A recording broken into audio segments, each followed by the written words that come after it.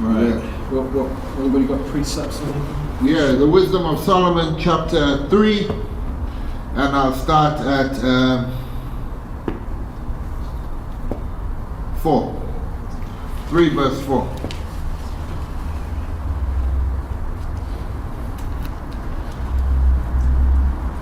For though they be punished in the sight of men, yet is their hope full of immortality. Yeah, so what is immortality? Living forever. You know, so our hope is the kingdom. You know, our hope is the kingdom, that we can get the kingdom. You know? And having been a little chastised, they shall be greatly rewarded. For Yahweh proved them and found them worthy for himself. Yeah. And in these days we're being proved. You know what I mean? We're being proved right now. Yeah. As gold in the furnace hath he tried them, and received them as a burnt offering. And what happens when you put something in the furnace? The impurities come out. You know, so you get a more purer substance. You know. And this is the spiritual, and this is the spiritual powers we were talking about. And in the time of their visitation, they shall shine and run to and fro like sparks among the stubble. You know, to and fro like sparks among the stubble. You know what I'm saying? Can you guys get Obadiah 1, please? Obadiah 1 and 18. And in the time of the visitation shall they shine and run to and fro like sparks among the stubble. Yeah, bring out what you got. Yeah, so this is the book of Obadiah, chapter 1, verse 18. It says, and the house of Jacob shall be a fire, and the house of Joseph a flame, and the house of Esau for stubble. For stubble. And that is, and when is that? In the time of the visitation. And when is that visitation, that power that's going to be put on the men who are deemed worthy by the Most High? You know what I mean? And in the time of their visitation they shall shine and run to and fro like sparks among the stubble. So what's going to be happening in that time? A lot of ass kicking. Hunting season, man. They shall judge the nations. This is what's going to be happening. They shall judge the nations and have dominion over the people, and their Lord shall reign forever. They that put their trust in him shall understand the truth, and such as be faithful in love. And what is love? You know? What is love? Does anybody know what love is? Yeah, keeping the commandments. Matthew. No, it's not Matthew 5 and 17. What's Matthew 5 and 17? John 14 and 15. John 14 and 15, yeah. Please get it down. Just to bring that. Yeah, just so people don't think I'm in love, you know, that what they've made love to be within this world. We're gonna get the true understanding of love, you know. Yeah, it says, verse 9, they that put their trust in him shall understand the truth, and such as be faithful in love shall abide with him. For grace and mercy is to his saints, and he hath care for his elect. He hath care for his elect, you know?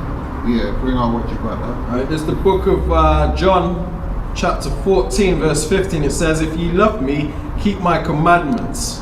And there's also another precept to that in the book of 1 John, chapter 5 and verse 3. Yeah, look it out. And so, What this is. 1 John, chapter 5, verse 3, it says, for this is the love of the Most High, That's right. that we keep his commandments. Okay, so what is... And his commandments are not grievous. They're not grievous, and they're especially not grievous to the men who have been chosen to keep them. You know what I mean? And so it says, they shall put their trust in him They that put their trust in him shall understand the truth, and such as be faithful in love. So what is faithful in love? According to the scriptures, the men who keep the commandments of the Most High, you know, shall abide with him. For grace and mercy is to his saints, and he shall care for his elect. But the ungodly shall be punished according to their own imaginations. Oh man, and their wicked imaginations are so vast and so many upon this earth, which have neglected the righteous and forsaken Yahweh. You know, this goes back to them scoffing. It goes back to them like in the time of Noah. All those people have forsaken the Most High. That's right. You know, but they've forsaken him this time now, and what's going to be the outcome of that? Destruction. We must remember this is a time, 2020 is the time of prophecy. And what does the prophecy end with for this system of things? Destruction. That's right, man. You know what I mean? Fastly approaching. Yeah. For whoso despiseth wisdom and nurture, he is miserable, and their hope is vain. Why is their hope vain? You still think you're going to build up this system? You still think you're going to build up your economic system? You know, ease off the lockdown for a little bit, and you know the economic system will come up. The economy will start to get back. There ain't no getting back. Skid Row is getting bigger. 10 cities are getting bigger. You know, the unemployment rate is getting more and more throughout the earth. People are starting to fall upon each other right now. You know, homicides are increasing. You know what I mean? Soon you're gonna have cannibalism in these streets. When the famine hits, then you're gonna have that thermonuclear destruction. That's right. You know what I'm saying? So you guys who are tarrying to come to the Most High, you're tarrying and you got 1 foot in, 1 foot out. Hey, you better watch yourself, because the Most High ain't to be played with. You know what I'm saying? I'll just finish off here. For whoso despiseth wisdom and nurture, he is miserable, and their hope is vain. Their labors unfruitful. You ain't building up Babylon again.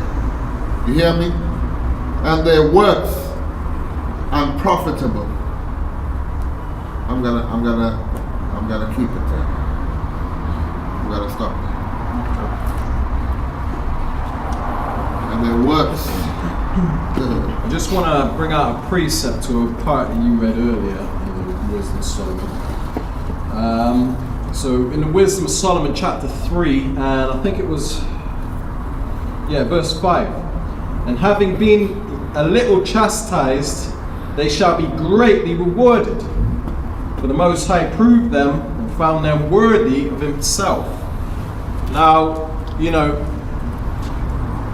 the sufferings that we're about to face, and the sufferings that, you know, a lot of us are going through at this very time, man, is not worthy to be compared to the glory that we're going to receive if we prove that we love him and endure to the end, man. Endure through these sufferings, you know. You think of the span of eternity, yeah? And you got this little time that we live, this little short existence in this wicked kingdom. In the span of eternity, man. If you look at it, like think of about, say we were to make it to the kingdom, and you think about like 100,000 years from now, right? How much joy and happiness you would have lived in the kingdom, right? How many memories you would have. That would drown out any suffering that you're going through in this world, man. It'll be like you had a nightmare years ago that you can barely remember. Okay? So don't just, whatever you gotta go through to endure to the end and to be a faithful servant unto the Most High, man, endure it, man. Think of the span of eternity, man. You ain't gonna remember this. Whatever you gotta go through is nothing, man. Okay? So that's why you stick your chest out boldly before Esau, stick your finger up to him and tell him, F your chip, F your Maxine, man. Okay? And I got a precept. This is in the book of Romans, chapter 8, verse 18. It says, for I reckon that the sufferings of this present time are not worthy to be compared with the glory which shall be revealed in us. Okay? That's right.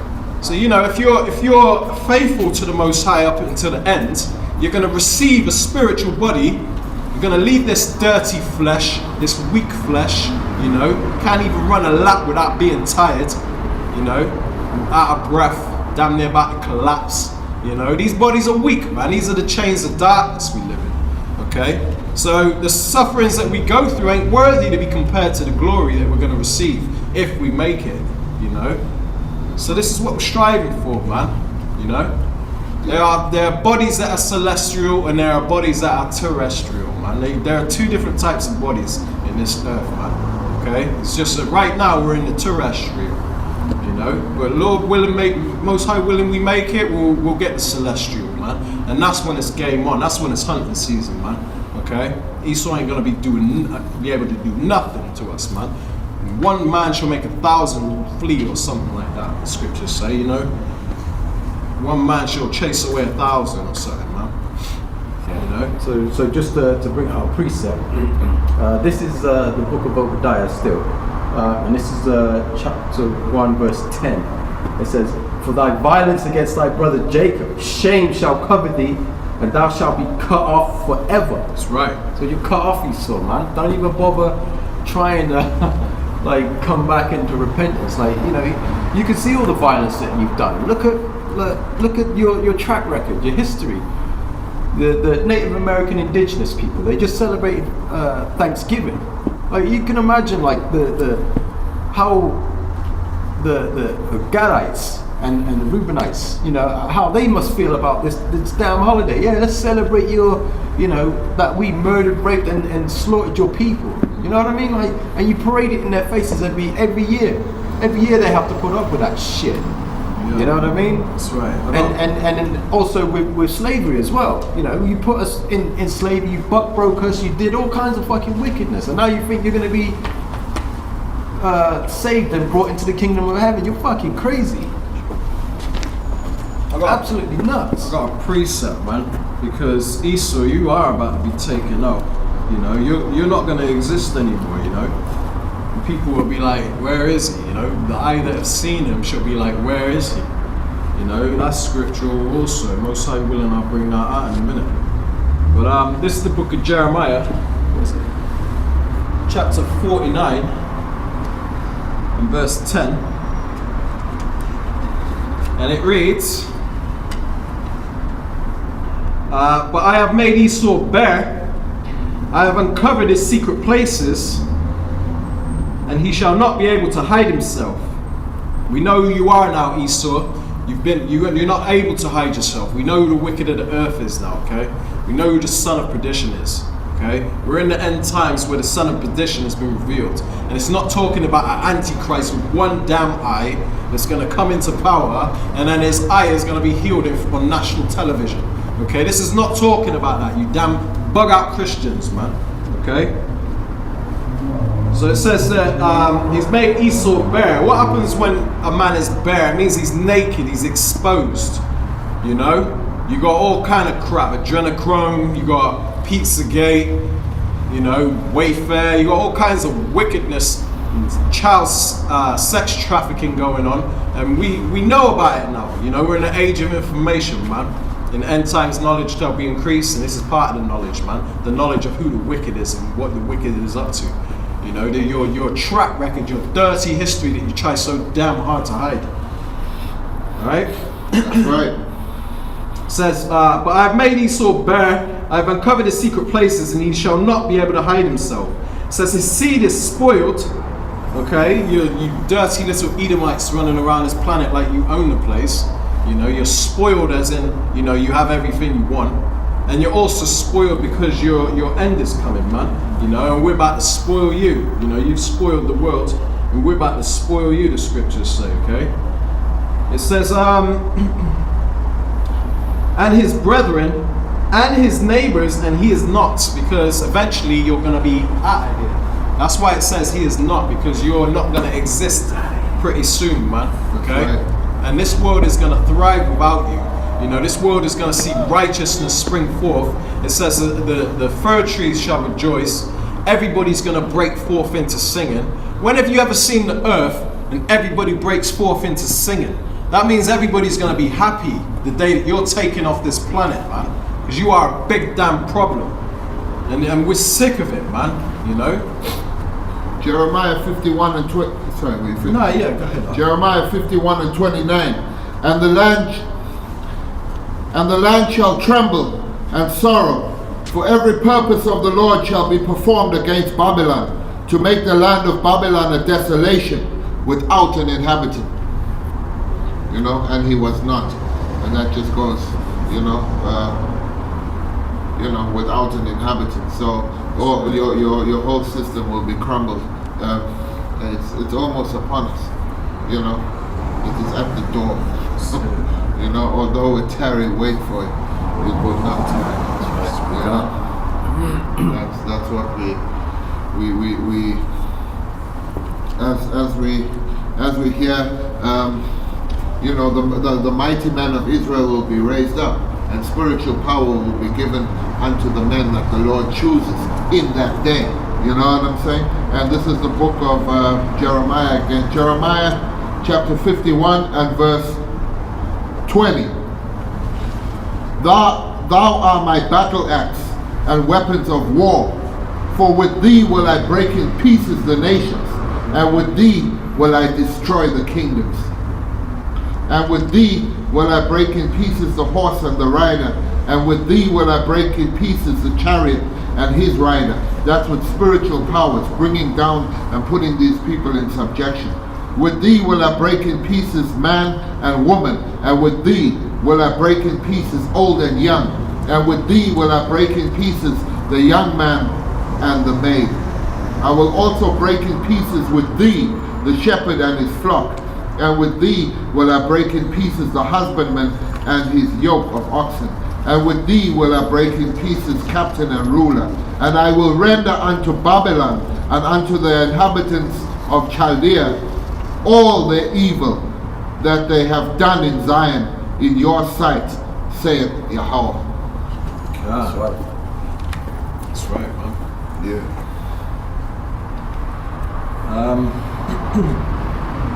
This is the book of Habakkuk, chapter 2, and start at verse 4. Behold, his soul which is lifted up is not upright in him, but the just shall live by his faith.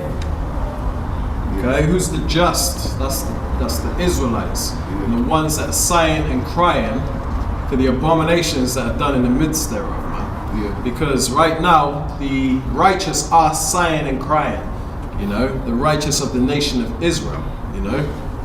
That's right, man. Because even like the lowest devil in the society, if he had a chance to drink adrenochrome or if he had a chance to take adrenochrome, I don't know how it's put in. If he had a chance to take adrenochrome to uplift himself in society, he would. Yeah. You know? If he had a chance to drink blood to be down with the men who he could take money, he could make money with, he would, you know, because if you look at the society, what are they really just concerned about? How do I look at my new car? You know what I mean? I've got this new car, got it on hire purchase. You know what I mean? And then they have headaches about that. If they could have that soft sort of living without the headache of debt, which these world bankers have put the world under, if they could have. They would do whatever for that. Yeah. You know what I mean? They would do everything. So everybody is down with the evil that's being perpetrated upon the earth. Everybody's down with it because they are complicit. You know what I mean? It's only a few that sigh and cry about it, but everybody else, given a chance, they'll do it. They would perpetrate. I think so. Yeah. No. I'm not finished yet. Let's hold that for 1 sec. You know. And speaking on adrenochrome, quick, like you gotta be evil as hell to even think of like how to produce that. Like how did that come about? That's pure wickedness. And that shows you that they're living according to real ancient Babylonian witchcraft. You know what I mean? Even the way the whole earth is. That's why it says the Chaldeans. You know, in all of Chaldea. What's it called? Babylon. You know, so this place is running on old Babylonian witchcraft that they still practice to this day. To this day. So what I was reading in Habakkuk 2, I'm going to start it again. It says, in this verse 4, it says, "Behold, his soul, which is lifted up, is not upright in him." Because this man is proud. His soul's lifted up. His nose is up in the air like he's so good, like he's so powerful and great and mighty. Like they call themselves white people because they think they're pure. They think they're righteous. They think they're holy. They think they're the superior, let's just say, man. When the Most High says they're the basest of all nations. It says, the soul which is lifted up is not upright in him, because they don't know the way of righteousness. They're not upright. It says, this is verse 5. "Yeah, also, because he transgresseth by wine, which is his philosophies," it says he is a proud man. So that backs up the fact that his soul is lifted up. It says, "Neither keepeth at home." And what does it mean when it says neither keepeth at home? That means that he doesn't stay in his own homeland, which is Petra. He's in other people's countries, taking over and taking what don't belong to him, man. Stealing their resources. You know, raping their women and you know, enslaving people. It says, "Neither keepeth at home, who enlargeth his desire is hell, and is as death." So he enlarges his desire as hell, man. He can never be satisfied, basically, man. He just wants more and more. The earth. Yeah. You know, inflation goes up, taxes go up, everything goes up, never down. He just wants more and more. And when it says he is as death, if you look at him, he's the architect of death. You know what I mean? Through his everywhere he goes, death follows, man. That's right. He is death, man. He's weaponized every single thing that is touched within the world to bring forth death. You know, like his food, your food. You eat this food long enough. You know, it's bringing forth death because cancer rates are astronomical upon the earth. And that's also because Esau was blessed with the sword. That further identifies who this is talking about, man. Yeah. This is why you got to jump around precept upon precept in this Bible. You don't just read it front to back and then just think you're going to understand this book, man. You've got to jump around. Yeah. It says, "And cannot be satisfied, but gathereth unto him all nations, and heapeth unto him all people. Shall not all these," meaning the people of the world, "take up a parable against him?" This is why we call you the devil, man. And we call you the pillagers and what is it? Pilgrims and colonizers, you know? And like the world has seen now of his deceptive nature. You know, that serpent was the most subtle beast of the field. You know? Right, man. So the people have seen that deceptive nature, and really and truly, you know that you have a short time, so you're making a lot of mistakes. You know what I mean? So the people are seeing the deception of even this virus. You know what you've brought forth in deception with this virus. You know. That's right. So that's how it goes. So I'm going to bring this to a closure. This is verse 6. It says, "Shall not all these take up a parable against him, and a taunting proverb against him, and say, Woe to him that increaseth that which is not his?" You know, destruction. Woe means destruction. It says destruction to this devil that keeps taking things that don't belong to him, man. Conquering other nations. He took over Australia, man. Took over America. Everybody seems to forget that, and you bug outs out there have just celebrated Thanksgiving or whatever you could celebrate, you know, because obviously we're in this lockdown and stuff, you know, and social distancing. But you know, you're still celebrating Thanksgiving. A lot of you even know what Thanksgiving is about. Thanksgiving, should I say? You know, and you still celebrate it. You just say, "Oh, we're just doing it for tradition. We're just doing it to have a turkey and family time." Don't participate in it, man. Altogether. He also implemented demonic principalities around the world, like the IMF, the WHO. You know, things like that. That's right, that man. have brought destruction to many nations. And That's places. right. Destruction to this damn devil, man. It says, "Woe to him that increaseth that which is not his, and how long?" I mean, how long is this devil going to keep getting away with it, man? It says, "And to him that ladeth himself with thick clay, and thick clay means heavy debt. And the chief house of Esau Edom is America, aka Babylon the Great, and they are in trillions of debt. You know, trillions of dollars worth of debt, man. That's ridiculous. That's embarrassing, man. You ought to be a damn shame of yourself. You people are the laughing stock of the whole damn earth, man. Yeah, but they're gonna gangster. They're gonna wanna gangster themselves out of that. Like, yeah, what? I got your money, what? You know what I mean? And that's gonna be one of the factors that bring in the third world war. That's right, you know? Because it's gonna be too much to pay China. He knows if he pays all this debt off to the people he owes, he's not gonna be as esteemed upon the earth as he is now. They have no ain't plans. gonna have money. They have no plans of paying this debt off. They just print money and live it up, man. Yeah. Knowing that because they're robbers, they're natural born thieves, man. The thief cometh not but to steal, kill, and destroy. And this is what these devils do. They fit every characteristic of the devil, man. They steal, they kill everywhere they go, they steal people's land, and they destroy lives, man. They destroy everything, they destroy the whole damn earth. Animals are going extinct, the air is dirty every damn where, trash blowing around like damn tumbleweed. You know what I mean? This man is the damn devil of the damn Bible speaks of, man. Death to them, man.